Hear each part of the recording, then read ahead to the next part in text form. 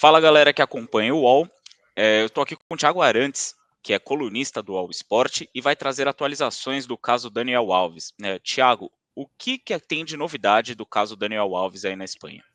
Fala, Patrick, tudo bem? Um grande abraço para você, para todo mundo ligado aqui no UOL. A novidade do dia, né, é que o Tribunal Superior de Justiça da Catalunha, que foi quem julgou o Daniel Alves, né, em fevereiro, e quem condenou o Daniel Alves em primeira instância, hoje negou os recursos pedidos pelo Ministério Público e pela advogada da vítima para que o Daniel Alves voltasse para a cadeia. Né? O Daniel Alves está em liberdade provisória, né? Ele está aguardando um julgamento de segunda instância em liberdade desde o dia 25 do mês passado. Ele está livre, né? Está fora da cadeia, e esses dois recursos tinham como objetivo derrubar essa decisão que deu a liberdade para o Daniel Alves e fazê-lo voltar para a prisão, mas o tribunal negou os dois recursos, portanto, o Daniel Alves continua fora da prisão.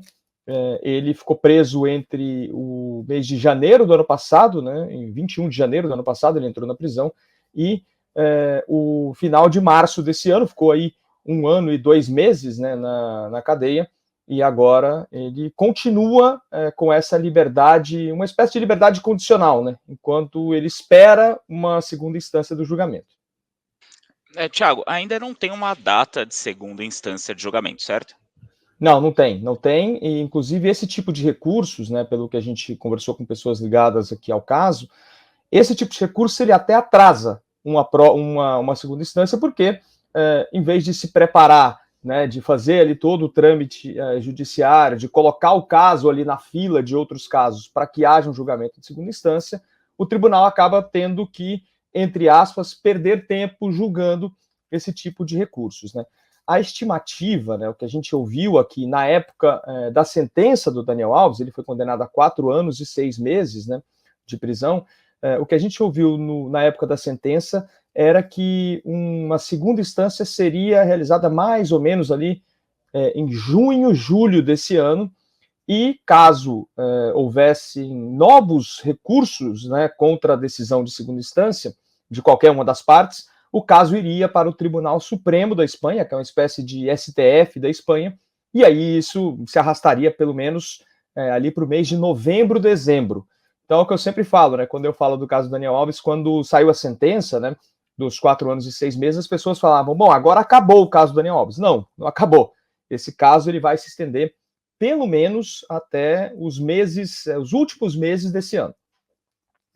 Thiago, voltando a essa decisão de manter o Daniel Alves em liberdade provisória, o que tem o risco que tinha de fuga e agora que ele já entregou seu passaporte? Você pode explicar um pouco melhor essa situação, por favor?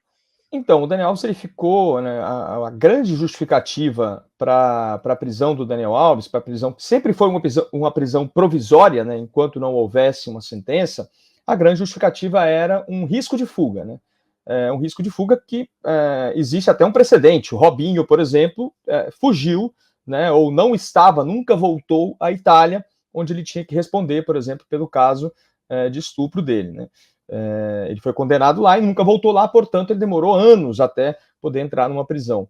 E o Daniel Alves existia esse medo, né? Existia esse receio que ele pudesse simplesmente fugir do país e que não respondesse, não comparecesse, né, quando fosse necessária a presença dele, por exemplo, no julgamento. O que eles entendem agora é que, com o Daniel Alves condenado, com toda a mídia já em cima do caso, com ele sendo considerado, né, pelo menos em primeira instância, culpado pelo caso, ele entregando os passaportes dele e se apresentando toda semana, né, uma vez por semana, geralmente nas sextas-feiras, no tribunal daqui da Catalunha, daqui de Barcelona, com isso a justiça daqui entende que é suficiente para que seja diluído aí, para que seja desconsiderado esse risco de fuga.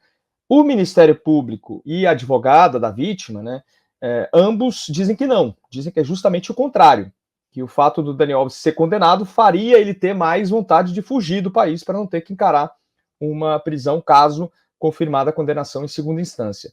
Então aí realmente um entendimento jurídico, né? O tribunal daqui entende que não há um risco de fuga tão grande quanto antes, porque nas 2 semanas em que ele deveria se apresentar, ele se apresentou, a primeira na quinta-feira, véspera do feriado de Semana Santa, e a outra na sexta-feira passada, e ele se apresentou normalmente, levou os passaportes, enfim, ele tem, dentro do que são as regras que ele precisa cumprir, ele vem cumprindo todas essas regras muito bem. Então, esse é um ponto que o tribunal leva em consideração. Enquanto isso, claro, a acusação, seja o MP, né, o Ministério Público, ou a acusação particular, entendem o contrário, entendem que justamente por ter sido condenado, ele deveria não ter a mínima chance de ter uma possibilidade aí de fugir do país. Né? É realmente esse debate que, no fim das contas, fica na mão, claro, dos juízes, e os juízes da Sala 21 da audiência de Barcelona, que é quem tem esse caso, né, nas mãos desde o início, eles entenderam que não há o mesmo risco de fuga de antes. Perfeito, Thiago. Então, essa é a informação. A Justiça Espanhola nega recursos e mantém a liberdade provisória do Daniel Alves. Isso e muito mais você acompanha no allsport.com.br e aqui no YouTube do All Sport. Obrigado, Thiago, e até a próxima. Valeu, Patrick. Até a próxima. A gente vai atualizando esse caso aí, que, como a gente disse, né, tá bem longe de acabar ainda. Perfeito. Valeu, Thiago. Até mais. Qual?